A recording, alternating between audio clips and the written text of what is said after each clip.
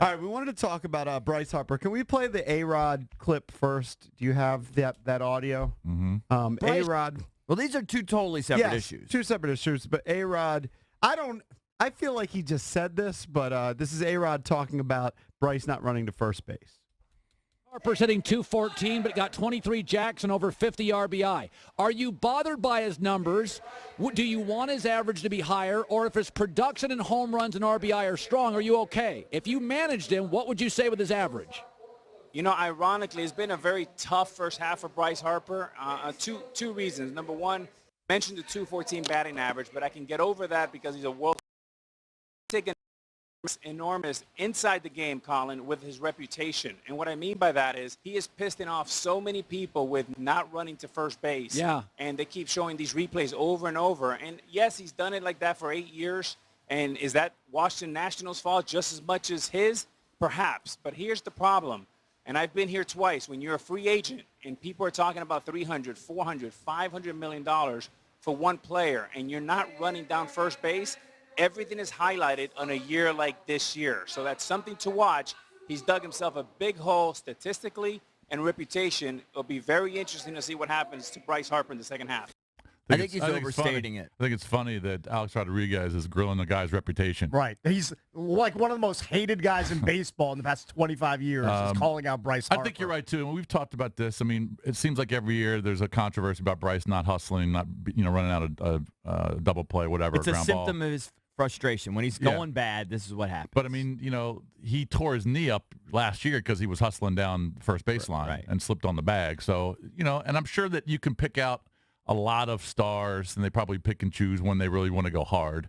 I mean, if you hit a ground ball right at a major league infielder, it is a 100% it's a 100% out.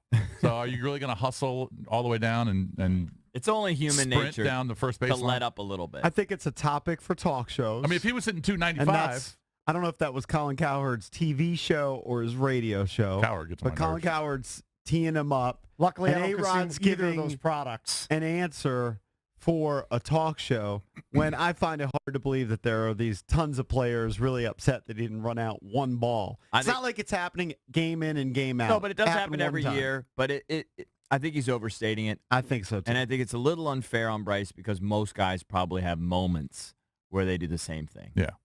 All right, so when it comes to Davey Martinez, what exactly is Davey saying? Basically he's saying that Bryce has said to him that he wants to stay? Well, you got to go through all the quotes because both guys are sort of jockeying each other. And this is straight from the Washington Post. I think this is probably from Chelsea's column, not sure. But Bryce, here's some of his quotes. He's one of the best managers I've ever played for. Actually, he might have said, and Davey said some stuff to Danny and Grant when they interviewed him. His door is open every single day. He's got a heart that I haven't really played for a manager like this guy. I look forward to hopefully playing with him for the next 10, 12 years. He's one of the best, so hopefully we'll see what happens. And then Martinez gives it right back. Here's a kid. And remember, these are guys that just had a little, closed-door meeting just a few days ago for this exact issue that A-Rod was talking about. But Martinez says, here's a kid that was in the league at 19. He's going to be a free agent, never talks about being a free agent, wants to play in Washington. He's told me numerous times. He doesn't even think about that. All he thinks about is winning a championship here, and he wants people to be in. That's what he wants. Harper goes on later. I think that everybody knew that at the beginning of the year, this could possibly be my last year in D.C. I believe he said this before the home run derby on Monday. Everybody knows that. There's no elephant in the room. Everybody knows that's a possibility, but I'm not really focused on it. I'm focused on what I can do to help this team win on a daily basis. I look forward to doing that. And then he talks about how great the crowd was. This is what he told Robert Flores, who we had in studio on Monday, after the home run derby. If we play every game with those guys in a stadium like that and the music blaring, it'd be unbelievable. They're unbelievable every single night, but tonight was super special, super surreal. We've got some of the best damn fans in baseball, and I'm so excited to be a part of this. And that's what he told Brian Kenny and those guys last night during BP. Right. Said the exact same things. So He's here's saying a guy all the right who's things. clearly caught up in the emotion right now of this whole All-Star Game experience and being a proud representative of D.C. The suit that he wore, and he opened it up with all the D.C. stuff inside, the cleats, the uniform. I mean, he's embracing D.C. right now. All of it. In a way that we, really sort of in an over-the-top way. I guess the question is, JP throws out there, does this make you feel a little better about maybe DC's chances, the Nats' chances of keeping him? The emotional side of me says yes. The emotional side says, here's a guy who he is caught up in the moment, but he's jocking the DC fans. He's jocking.